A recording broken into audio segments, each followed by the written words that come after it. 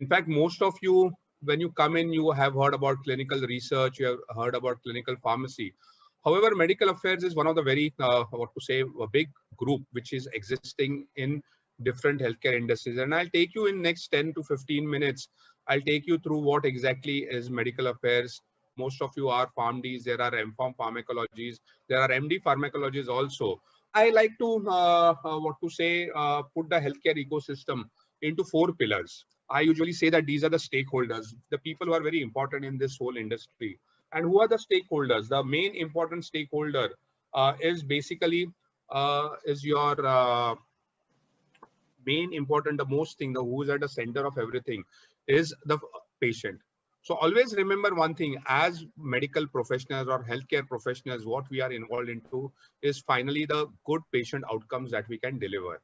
The second most important stakeholder are the physicians who basically are contributing towards the healthcare of the patients, and the other healthcare professionals who may be there within or surrounding the physician, who may be helping him and to get a good patient outcomes. The next stakeholder, basically what happens is something we call it as providers. Now, what are providers? Providers are hospitals. They can be labs, they can be diagnostic units, and these providers are basically are involved in providing services to the patients along with the physicians and the other healthcare professionals. And then there is a big large group which we call it as a payers, or we also call them as policy makers. And this is basically the group which is the most importantly the insurance companies, and also it involves the government today, because government today in 40%, if you look at it from Ayushman Bharat, is a major payer. And the medical affairs strategy is usually, and we call it as, it always should be patient centric. It should have the patient at the basis of everything that they do. Today, in the current scenario, and especially people have seen in the COVID situation, that the current healthcare system is highly challenging. There are a lot of regulatory issues. There are a lot of issues which are related to competition, innovation. Every day, new product comes in. Medical affairs in the olden days, when we started our career, was a kind of a passenger in a car. The driver was a marketing, and probably you could afford, you are sitting in the back seat, you can afford to probably maybe listen to music and maybe doze off also at times. However, over a period of time, medical affairs now has come into the forefront. These are some of the work that you would be doing or in medical affairs. You would be developing scientific content. You would be involved in KOL engagements, KOL meetings, key opinion leader meetings. You would be looking at a lot of documents for government procurement, scientific documents, why your product is good enough and why should government have it over the other products. We are looking at a certain kind of scientific value dossiers, device safety, and drug safety. So safety is very, very important. You need to see whatever information that is being generated by the company is compliant. It is scientific. It is not making exaggerated claim. You need to also look at certain clinical trials, development of clinical trial protocol. You need to have evidence, scientific. You need to inject science into the products which are there. You need to publish. Publication is a very important thing. They say either publish or perish. So you need to help the clinicians at the same time. You need to publish. And this is basically the kind of what to say industries that require medical affairs. This is very important. Now you may think, where do I have a scope? If I have done my say MD pharmacology, I've done my PharmD or whatever my basic qualification, and if I get trained into say this medical affairs course, where are my scopes? Which are the different industry? Now these are some of the skills that the industry looks for. So you need to skills that you learn in the college and clinical what to say duties. You learn during your classical things like your scientific knowledge. And I said, I think I preempted everything. You talk about anatomy, physiology, biochemistry. So your core basics which are there.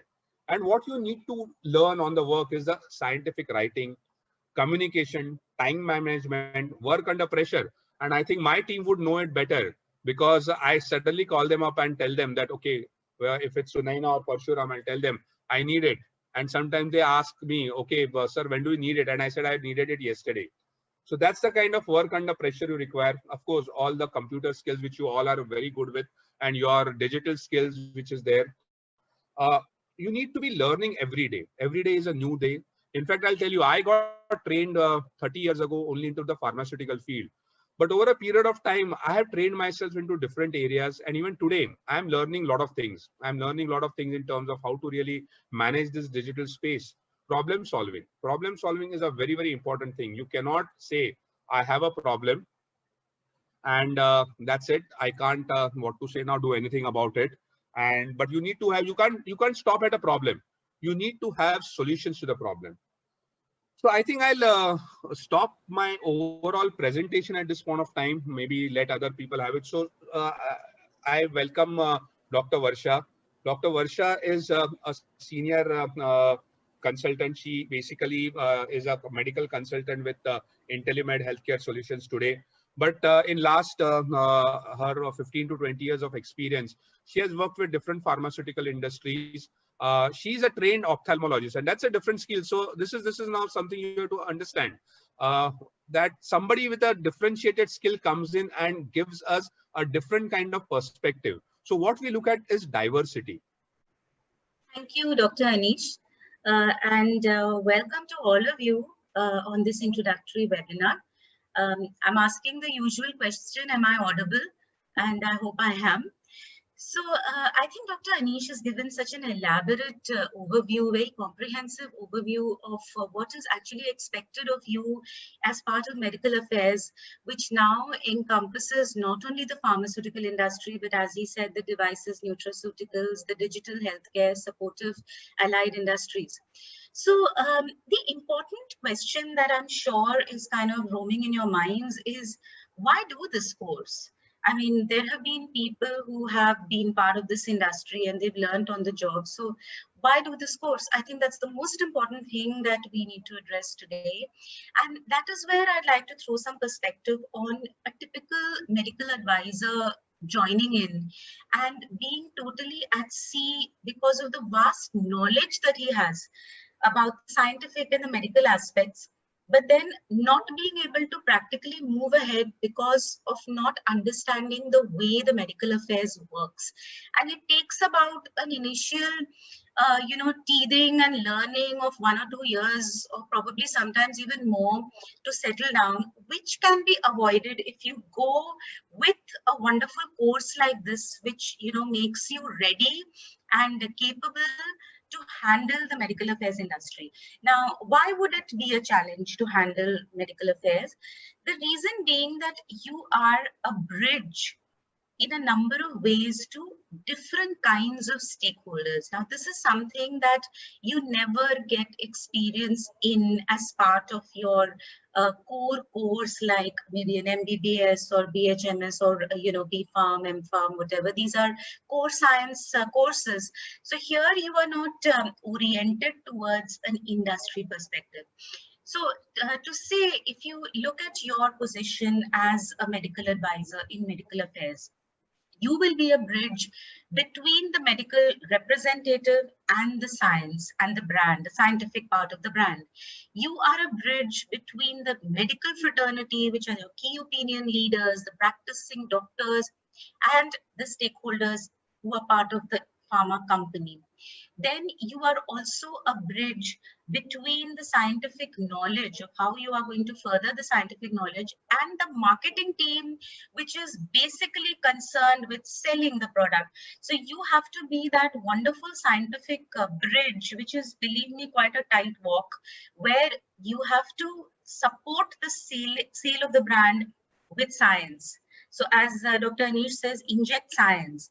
So you are forming so many different kinds of bridges that sometimes it can be a very overwhelming experience. And you can be a little wobbly in the first 2-3 years if you have not got this kind of an overview, comprehensive overview in the form of a structured course. So that is the first reason you certainly will benefit immensely by doing a course like this. Second reason where I see the application is that there was a time, 15-20 years ago, where doctors, entered medical affairs in pharma as something which was not something they destined to do or wanted to do. Most doctors come out of medical college or they come out of their pharmacy courses intending to go into research lines or into practice. So the medical affairs become something that they, unintentionally stray into, like it and stick on.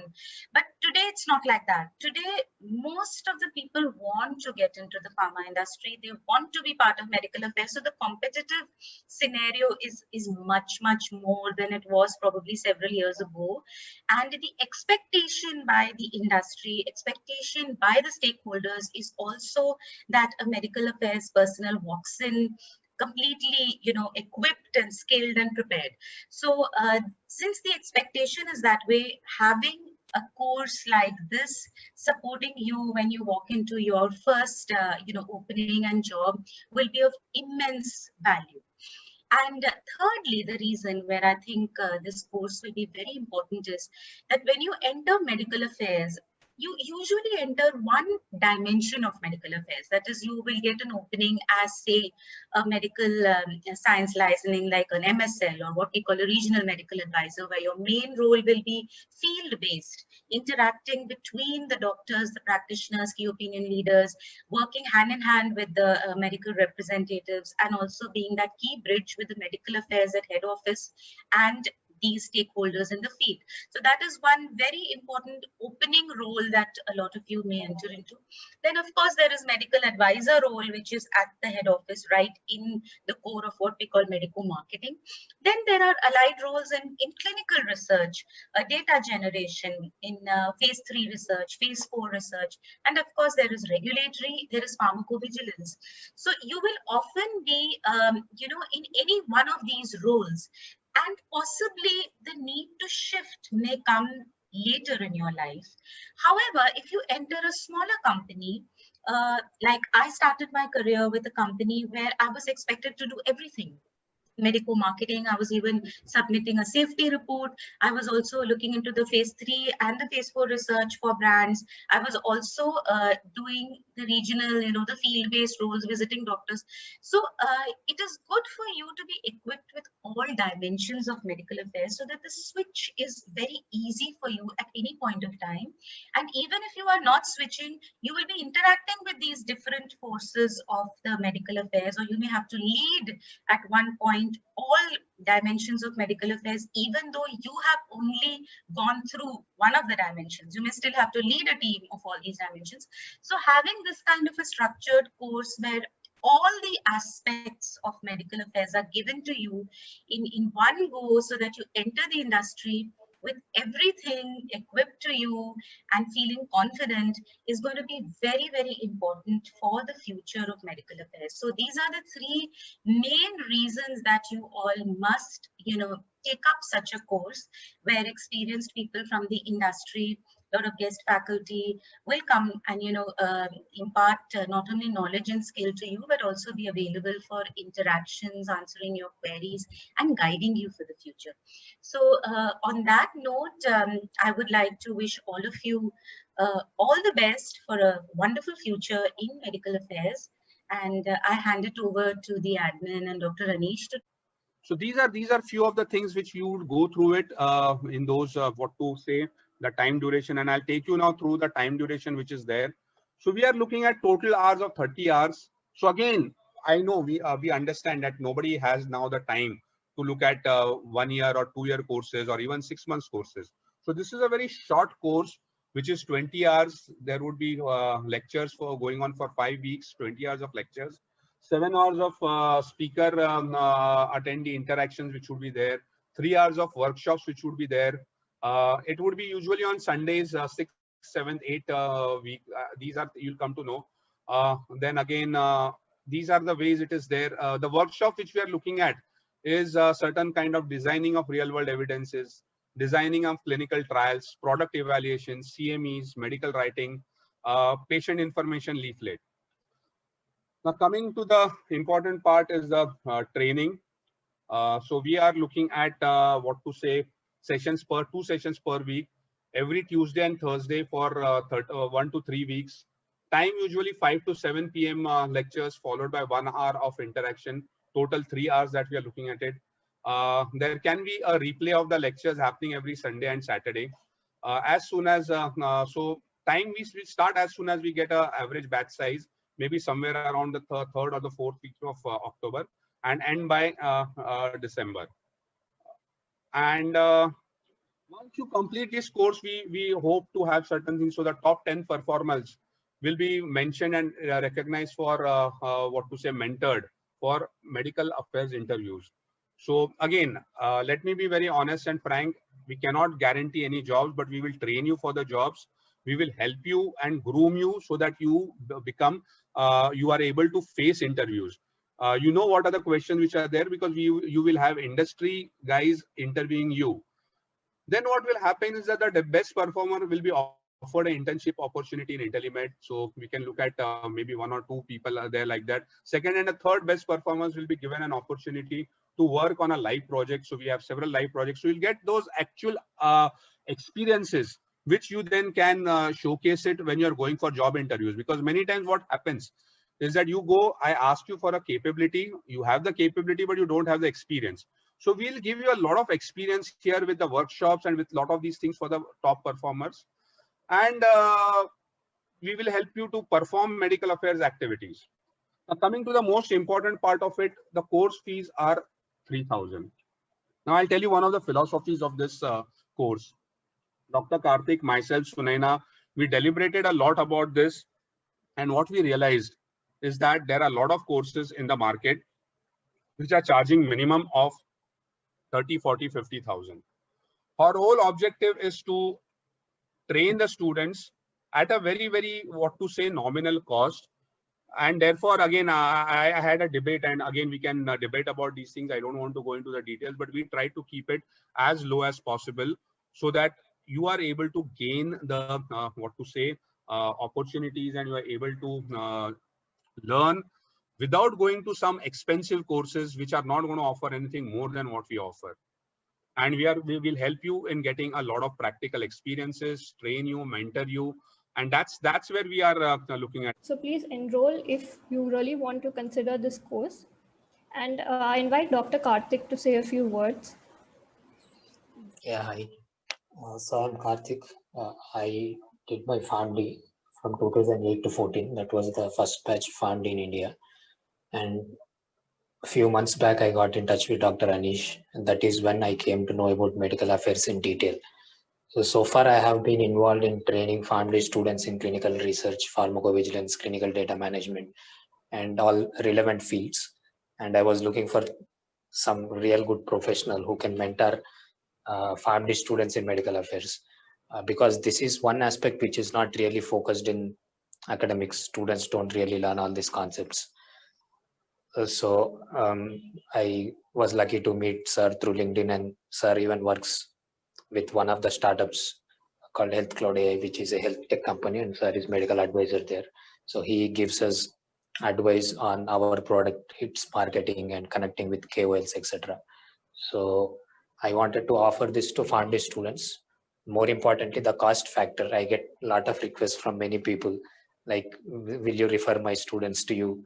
And most recently, I got an offer that you send my students, we will be charging around 20,000, and we will train them in pharmacovigilance.